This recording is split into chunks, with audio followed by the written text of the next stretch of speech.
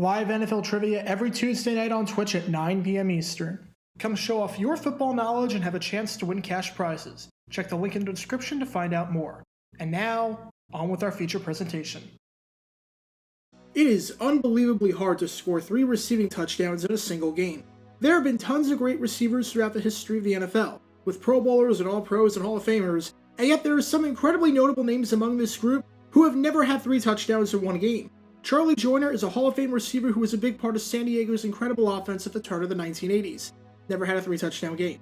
Keenan McCardle has over 11,000 career yards and was a big part of the success of the Jaguars in the late 1990s. Never had a 3-touchdown game. Donald Driver is universally loved by the Packers, as he made 3 Pro Bowls, had over 10,000 career yards, and played 14 seasons with the team. Never had a 3-touchdown game. You get the idea. Scoring 3 receiving touchdowns is hard. And that's what makes this story all the more remarkable, because there was a player who was playing cornerback and was practicing as a cornerback who switched over to wide receiver on an emergency basis in the middle of the game and somehow found the end zone not once, not twice, but 3 times. And this is the story behind that incredible moment. Before I talk about the actual game itself, we need some context as to the player in question, because it will help us to understand just how incredible this entire story is. Entering the 1969 NFL Draft, one of the goals that Giants general manager Ray Walsh had was to improve his team's receiving unit and give quarterback Fran Tarkenton some weapons to throw to. Yes, the Giants had Homer Jones, who was incredible in 1968. He finished that season as a Pro Bowler with over 1,000 yards, finishing 3rd in the league in that category and finishing 2nd in yards per catch. However, outside of Jones, there was no one really to write home about. The rest of the unproductive supporting cast could be divided up into 3 parts. They were either a running back or a tight end, they were over the age of 30, or they did absolutely nothing. Any way to bolster up the passing attack was going to be much appreciated. With that, the Giants selected wide receiver Rich Houston out of Texas A&M Commerce in the 4th round of the draft. He had a very productive college career, and is a member of his school's Athletic Hall of Fame. In his 3 years of college ball, with Houston not playing in 1967 due to getting drafted in the Vietnam War, he caught 76 passes for 1,361 yards and 11 touchdowns. At nearly 18 yards per catch, the Giants were hoping that the speedster could be a deep threat, and someone that could help Tarkenton out in an area that needed some improvement. Instead, it didn't quite work out that way. The good news with Houston was that the Giants were impressed by his speed. The bad news, as would plague him throughout his entire career, was that he could not catch a football. He had stone-cold hands. The game tape showed it, and even the columnists wrote about it, including this article from a 1970 newspaper in Binghamton. Through 2 years, his stats were not impressive in the slightest bit. He had 6 receptions for 137 yards and no touchdowns. The Giants knew he had talent and they wanted to utilize him in some capacity, but at wide receiver, he was becoming a hindrance. The experiment was not working, and with that, it was time for a position change. The good news for the Giants in 1970 was that they were a pretty solid team, going 9-5 and just missing out on the postseason.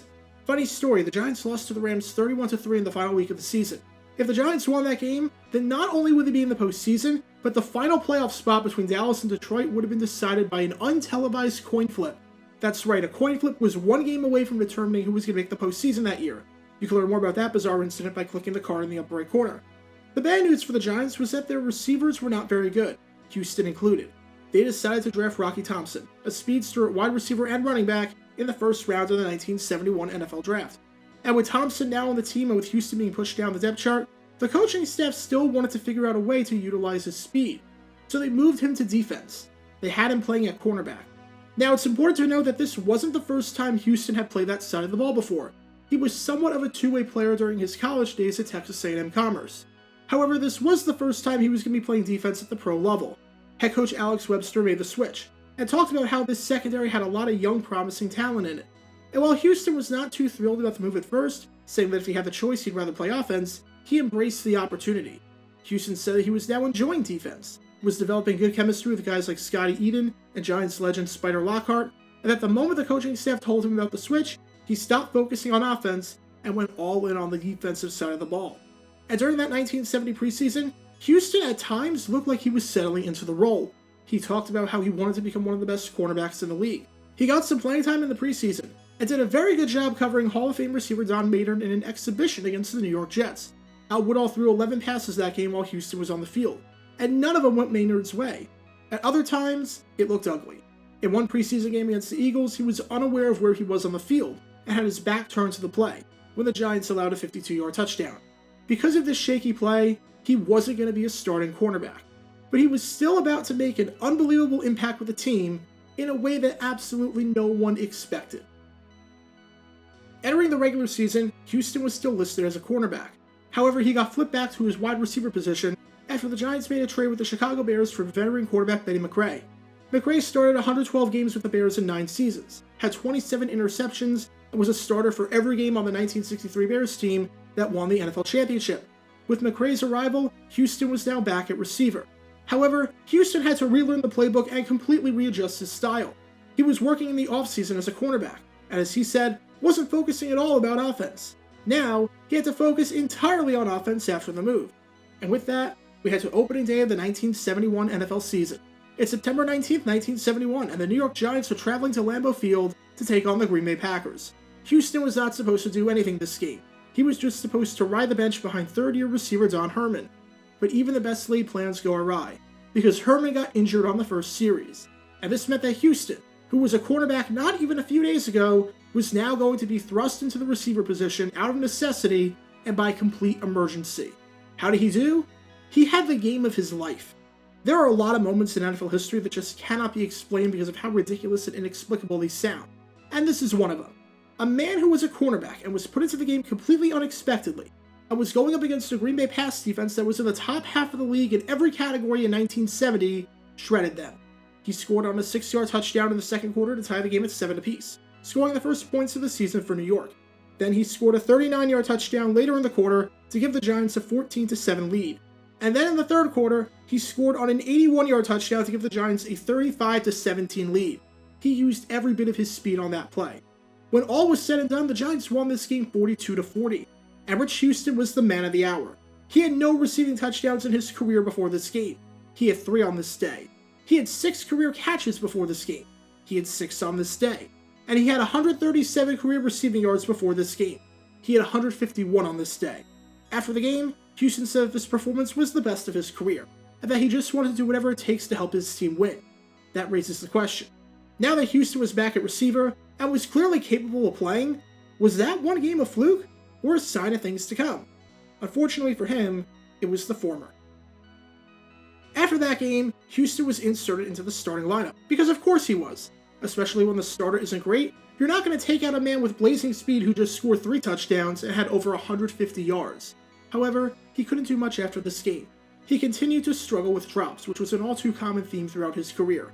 He found the end zone just 4 more times in his career, and just 1 more time in 1970. By 1973, he was out of the starting lineup entirely, and by 1974, he was out of the NFL, never to play again. That's not to say there weren't some good moments in his career after this game. In a 1972 game against the Cowboys, he had the final touchdown of the game in what turned out to be a somewhat surprising 23-3 victory. In a different 1972 game against the Cowboys, he scored on a 94-yard touchdown. Quarterback Norm Snead threw 196 touchdowns in his decade-and-a-half-long career, and this one was the longest of the bunch. However, these moments were few and far between, and that is what makes this story all the more remarkable. Here, you had a wide receiver turn cornerback because he wasn't a good wide receiver. Then you had him reconvert to wide receiver in only a few days. Then you pushed him into the lineup after the man he was supposed to sit behind got hurt. To think of all the great receivers in NFL history to never come close to sniffing a 3-touchdown game. And then you think of Giants wide receiver and cornerback Rich Houston, who somehow did this in absolutely improbable fashion. Get your official Jaguar Gator 9 merchandise by going to jg9shop.com, and be sure to like this video, ring the notification bell, subscribe down below if you haven't already, as it helps the channel out a lot, and be sure to check out Twitch every Monday and Tuesday night at 9 p.m. Eastern for your chance to play NFL Trivia and win cash prizes, link in the description below. If you want to see videos like this condensed down to 60 seconds, then follow me on TikTok at JRGator9, and subscribe to 60-Second NFL History on YouTube. To see highlight videos of players throughout the history of the NFL, subscribe to JG9 Highlights. Also, special thanks to all of our Patreon supporters for helping out the channel. Your support is greatly appreciated. See how you can become a patron and request future video topics in the description below.